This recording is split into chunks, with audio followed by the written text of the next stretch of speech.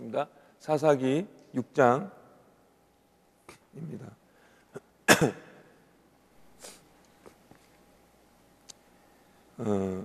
40절까지 있는데요. 다 읽지는 못하겠고 7절부터 24절까지 제가 빠르게 봉독하도록 하겠습니다. 여러분들은 눈으로 같이 따라와 주시면 되겠습니다. 이스라엘 자손이 미디안으로 말미암아 여호와께 부르짖었으므로 여호와께서 이스라엘 자손에게 한 선지자를 보내시니 그가 그들에게 이르되 여호와께서 이같이 말씀하시기를 이스라엘의 하나님 내가 너희를 애굽에서 인도하여 내며 너희를 그 종되었던 집에서 나오게 하여 애굽 사람의 손과 너희를 학대하는 모든 자의 손에서 너희를 건져내고 그들을 너희 앞에서 쫓아내고 그 땅을 너희에게 주었으며 내가 또 너희에게 이르기를 나는 너희 하나님 여호와니 너희가 거주하는 아모리 사람의 땅의 신들을 두려워하지 말라 하였으나 너희가 내 목소리를 듣지 아니하였느니라 하셨다 하니라. 여호와의 사자가 아비에셀 사람 요아스에게 속한 오브라에 이르러 상수리 나무 아래에 앉으니라. 마침 요아스의 아들 기드온이 미디안 사람에게 알리지 아니하려 하여 밀을 포도주 틀에서 타작하더니 여호와의 사자가 기드온에게 나타나 이르되 큰 용사여 여호와께서 너와 함께 계시도다 하며 기드온이 그에게 대답하되 오 나의 주여 여호와께서 우리와 함께 계시면 어찌하여 이 모든 일이 우리에게 일어났나이까. 또 우리 조상들이 일찍이 우리에게 이르기를 여호와께서 우리를 애굽에서 올라오게 하신 것이 아니냐 한 그 모든 이적이 어디 있나이까. 이제 우리 여호와께서 우리를 버리사 미디안의 손에 우리를 넘겨주셨나이다 하니 여호와께서 그를 향하여 이르시되 너는 가서 이 너희 힘으로 이스라엘을 미디안의 손에서 구원하라. 내가 너를 보낸 것이 아니냐 하시니라. 그러나 기드온이 그에게 대답하되 오 주여 내가 무엇으로 이스라엘을 구원하리이까. 보소서 나의 집은 므낫세 중에 극히 약하고 나는 아버지 집에서 가장 작은 자니이다 하니 여호와께서 그에게 이르시되 내가 반드시 너와 함께 하리니 네가 미디안 사람 치기를 한 사람을 치듯 하리라 하시니라. 기드온이 그에게 대답하되 만일 내가 주께 은혜를 얻었사하면 나와 말씀하신 이가 주가 되시는 표정을 내게 보이소서.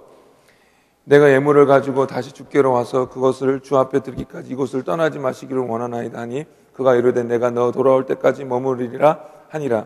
기드온이 가서 염소 새끼 하나를 준비하고 가루 한 에바로 무교병을 만들고 고기를 소쿠리에 담고 그걸 양푼에 담아 상수리 나무 아래 그에게로 가져다가 드리매 하나님의 사자가 그에게 이르되 고기와 무교병을 가져다가 이 바위 위에 놓고 국을 부으라니 기드온이 그대로 하니라. 여호와의 사자가 손에 잡은 지팡이를 끝을 내밀어 고기와 무교병에 대니 불이 바위에서 나와 고기와 무교병을 살랐고 여호와의 사자는 떠나서 보이지 아니한지라. 기드온이 그가 여호와의 사자인 줄 알고 이르되 슬프도소이다. 주 여호와여 내가 여호와의 사자를 대면하여 보았나이다 하니 여호와께서 그에게 이르시되 너는 안심하라 두려워하지 말라 죽지 아니하리라 하시니라. 기드온이 여호와를 위하여 거기서 제단을 쌓고 그것을 여호와 샬롬이라 하였더라. 그것이 오늘까지 아비에셀 사람에게 속한 오브라에 있더라. 아멘. 오늘 읽지는 않았지만 1절에 보면은 이스라엘 백성들이 다시 여호와께 범죄하였더라라고 말씀하고 있습니다.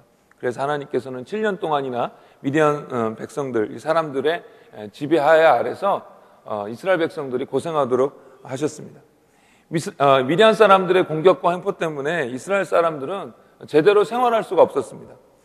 이스라엘 사람들은 굴에서 숨어서 살거나 아니면 어떤 이렇게 요새처럼 숨어서 살 수 있는 것들을 만들어서 거기에 이렇게 숨어서 살았습니다. 마음 편하게 다리를 뻗고 잘 수 있는 그런 상황이 아닙니다. 늘 불안하고 또 조심스럽게 농사를 짓고 목축을 해야 하는 그런 상황이었습니다. 그러나 결국 그것도 다 빼앗기게 되어버렸습니다. 정말 고생스러운 상황 속에서 이 이스라엘 사람들이 있게 되었습니다. 그런데 도대체 이스라엘 백성들이 얼마나 하나님 앞에 범죄했길래 이 정도로 하나님께서 이스라엘 백성들을 힘들게 하시나라는 생각이 드는데요. 오늘 본문을 보면 어느 정도는 이스라엘의 영적인 상태가 어땠는지를 알 수가 있습니다. 기드온이 하나님의 명령을 받들어서 바알 제단을 헐어버리고 그 옆에 있던 아세라상을 부서뜨렸습니다. 그리고 그 부서뜨린 제목을 가지고 하나님 앞에 제단을 쌓고 제사를 드렸는데 동네 사람들이 그것 때문에 난리가 났습니다. 바알 신상과 아세라상이 훼손되었기 때문이었습니다. 그리고 기드온이 그렇게 했다라는 것을 알아내고서는 이 동네 사람들이, 마을 사람들이 기드온을 죽이려고 했습니다. 그런데 문제는 이 일이 일어난 곳이 이방 나라가 아니라 이스라엘 가운데 일어났다는 것입니다. 하나님만을 섬기하는 이스라엘 백성이 당연히 없애버려야 할 이방신을 훼손했다고 그 훼손한 사람을 죽이려고 한 것입니다. 이스라엘의 영적 상태가 어디까지 망가졌는지를 짐작할 수 있는 장면입니다. 하나님께서 이스라엘을 벌하시는 것이 당연합니다. 그래야 합니다.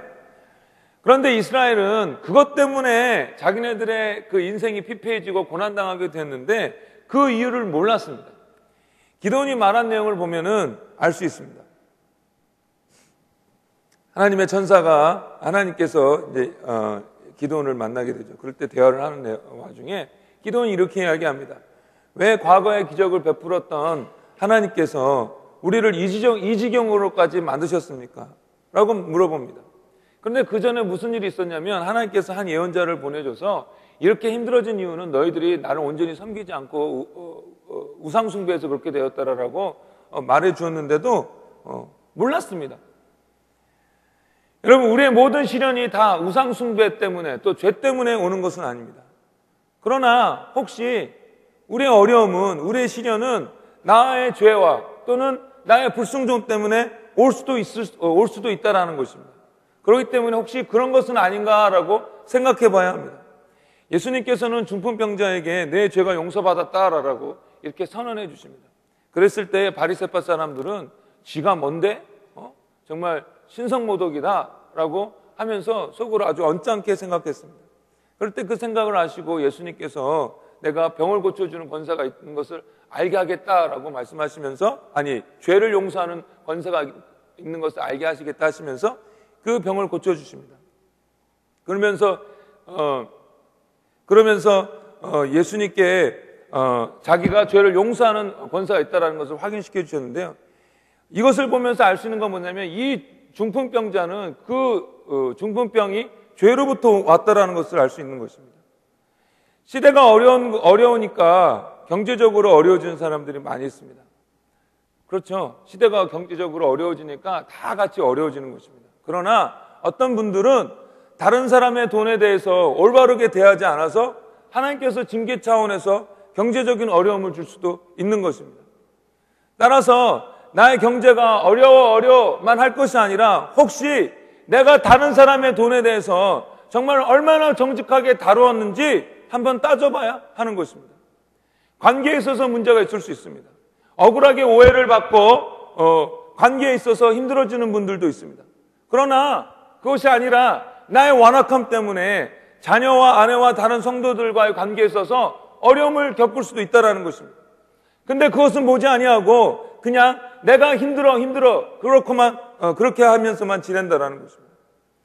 하나님께서 예언자를 보내주셔서 말씀해 주셨는데도 불구하고 이 사람들은 잘 몰랐습니다. 별로 들으려고 하지 않았을런지도 모르겠습니다.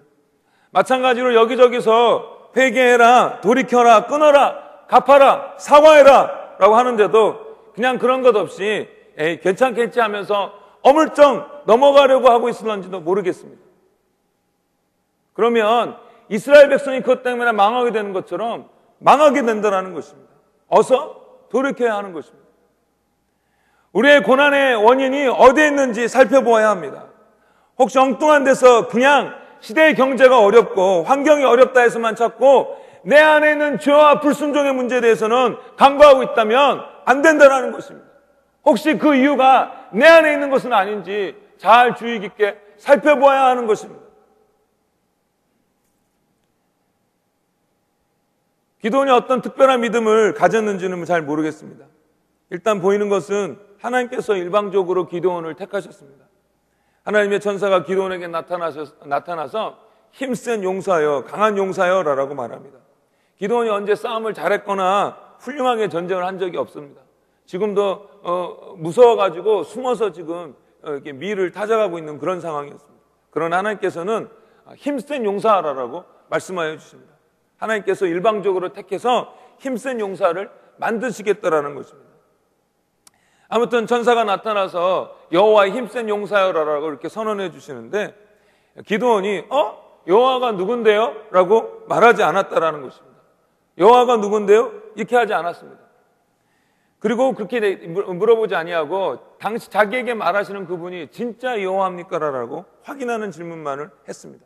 이것을 보면 기드온뿐만 아니라 그때 당시 이스라엘 사람들이 여호와에 대해서 전혀 모르고 있었다는 것이 아니라는 것을 알 수 있습니다. 그때 사람들은 여호와에 대해서 알고 있었습니다. 여호와에 대해서 알고 있었어요. 그러나 온전히 한 마음으로 여호와 하나님만을 섬기지 않았던 것입니다. 한 마음으로, 온전한 마음으로 하나님 한 분만을 섬기지 아니하고 무슨 잡신 섬기듯이 바알도 섬기고 아세라도 섬기고 그리고 여호와도 섬겼던 것입니다. 야고보서에서는요, 두 마음을 품은 자들은 정함이 없기 때문에 기도의 응답을 받지 못한다라고 말씀하고 있습니다. 구약의 이스라엘을 볼 때마다 항상 보게 되는 것은 이렇게 두 마음을 품은 것입니다. 그러면 요즘은 어떨까요?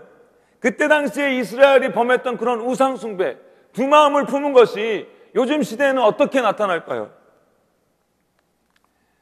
우선 분명하게 드러나는 것은요, 교회 다닌다고 하면서 예수 믿는다고 하면서 점쟁이를 쫓아다니는 것입니다. 제가 어떤 분의 간증을 들었는데요, 어떤 목사라는 작자가 어디에다가 교회를 개척해야 될지를 점쟁이에게 찾아가서 이렇게 점을 치더라는 것입니다. 목사가 아니죠, 그러면은 더 이상. 하나님은 점치는 것, 영매, 주술 이런 것들을 정말 싫어하십니다. 그 모든 것들에 악한 영들이 역사하고 있는데 거기에 동참하게 되면 이 악한 영들에게 지배당하고 매이는 것입니다. 그래서 하나님께서는 그것을 조금이라도 가까이 두지 말고 다 죽여버리라고 말씀하셨습니다. 하나님을 온전히 의지하는 자는요, 어떤 점치는 것이 필요하지 않습니다. 그분의 선하심과 인자하심을 믿는 자라면 그렇게 어디로 가라, 이때 당시에는 무엇을 해라 라는 구체적인 어떤 용한 응답이 없어도 괜찮습니다. 왜냐하면 중요한 것은 그분이 나와 함께 하시기 때문에 그렇습니다. 점치는 게 필요하지 않습니다.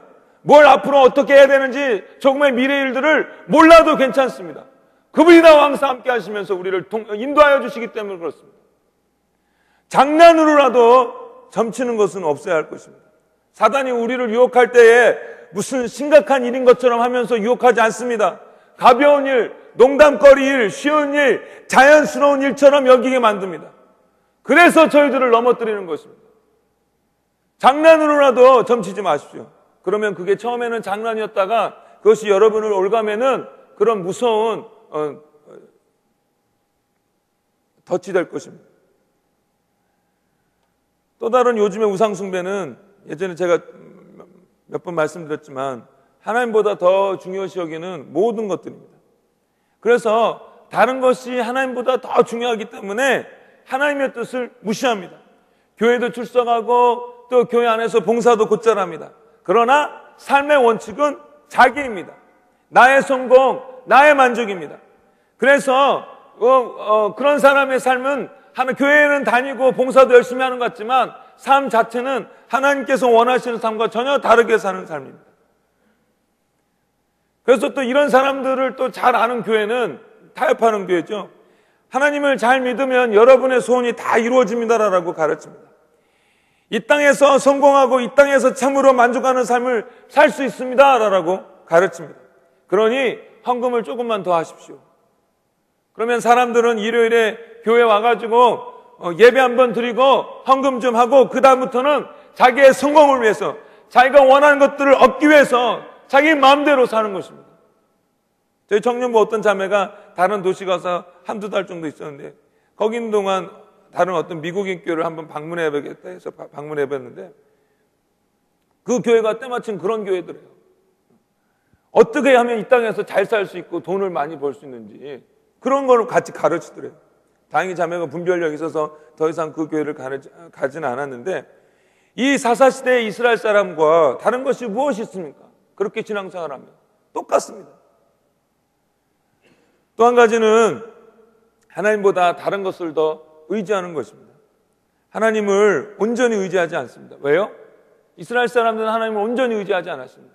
바알도 있고 아세라도 있었기 때문에 그렇습니다. 그렇게 하나님 앞에 예배하고 하나님을 의지하는 듯 하지만 사실은 바알도 있고 아세라도 있으니까 한 마음으로 온전히 의지하지 않는 것입니다. 그렇기 때문에 하나님의 도우심을 경험하지 못하는 것입니다. 어제 제가 마태복음의 한 본문을 가지고 퀴즈를 했는데요. 2명의 맹인이 다른 데로 이렇게 어느 곳을 이동하시는 예수님이 이렇게 지나가신다는 걸 알게 되었습니다. 그래서 이 두 맹인이 자기의 눈을 고쳐달라고 간구합니다. 예수님께서 이 사람들의 소리를 들으셨는지 못 들으셨는지 아니면은 일부러 모른 채 했는지 그 다음 장면은 예수님이 어느 집 안에 들어와 계셨어요. 근데 이 2명의 맹인이 그 집까지 쫓아와서 간구합니다. 그리고 그랬을 때 예수님께서 이 두 사람을 고쳐주십니다.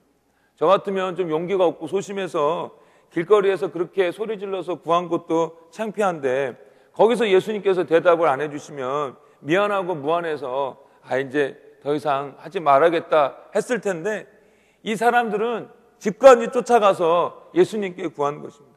그것도 앞도 못 보는 두 사람이 말입니다. 적극적이었습니다. 이렇게 전심으로 다른 길은 없다라고 매달리는 그런 사람이 하나님의 응답을 경험하는 것입니다. 뭐 다른 방안이 있지 하면서 무언가 다른 것을 더 의지하면 그 기도는 응답되지 않습니다.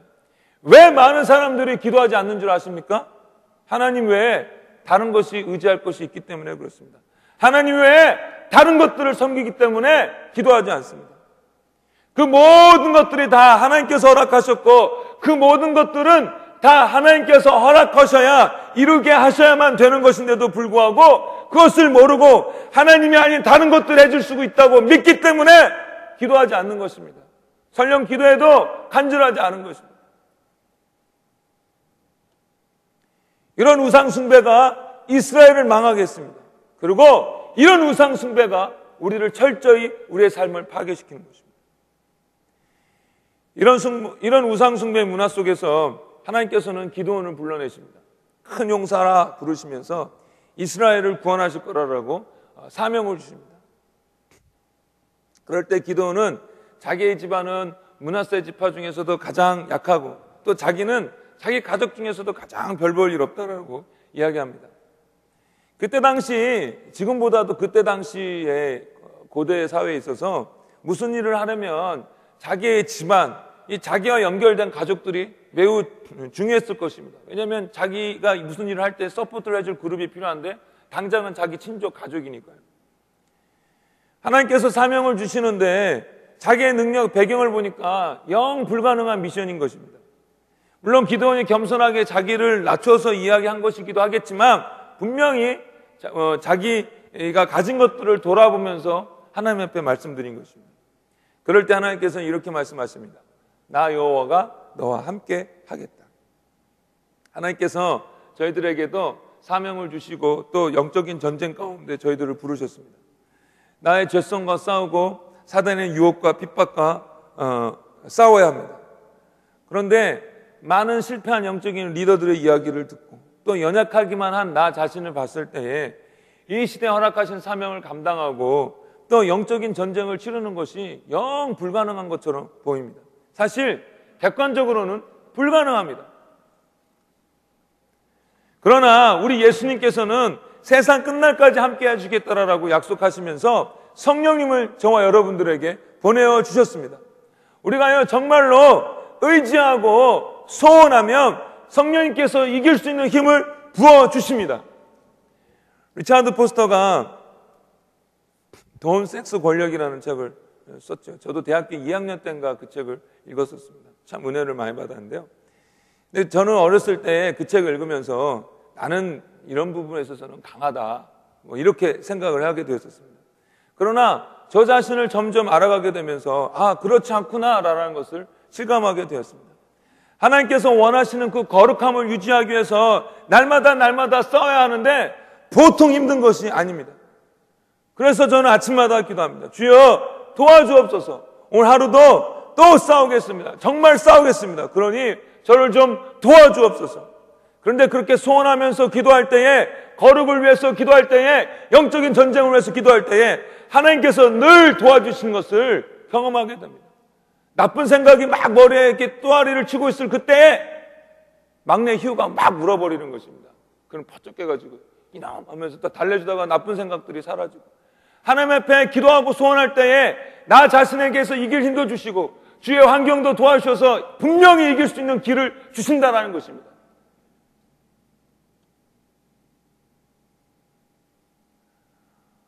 우리 자신을 보면요, 소망이 없습니다. 그러나 우리와 함께 하시면서 우리를 도와주시겠다고 하는 하나님을 보면 희망이 있습니다. 하나님은요, 싸우고자 하는 자, 순종하고자 하는 자, 거룩하고자 하는 자를 분명히 도와주십니다. 그분은요, 정말 분명히 도와주십니다. 약속하신 대로 분명히 도와주십니다. 그러면 중요한 것은 우리입니다. 우리에게 죄와 싸우고 영적인 전쟁에서 포기하지 아니하고 싸우고자 하는 의지와 열망이 있어야 한다는 것입니다. 그렇게 하는 자는 하나님께서 분명히 도와주십니다. 여러분, 하나님께서 함께 하시겠다라고 분명히 약속하셨습니다. 그러면 우리가 그 약속을 믿고 싸우고자 하는 의지를 갖고만 있으면 됩니다. 그러면 하나님께서 분명히 도와줄 줄 믿습니다. 말씀을 정리하겠습니다. 우상숭배의 죄는요, 지금도 우리 주위에 만연하고 있습니다. 심지어 이 시대의 교회 안에서도 만연하고 있습니다. 그런 상황 속에서 우리 자신을요, 성결하게 거룩하게 지키는 것이 얼마나 힘이 드는지 모르겠습니다. 그러나 그 거룩을 위해서 저희들이 싸우고자 할 때에 우리 하나님께서는 분명히 도와주십니다. 저와 여러분을 하나님께서는 거룩한 용사로 부르고 계십니다. 하루하루 죄와 싸우고 하나님 나라의 확장을 위해서 몸부림치면서 하나님의 도우심과 역사를 경험해서 더 주님 닮아가고 더 튼튼한 용사가 되는 우리 모두 되기를 간절히 바랍니다. 우리 함께 찬양하도록 하겠습니다.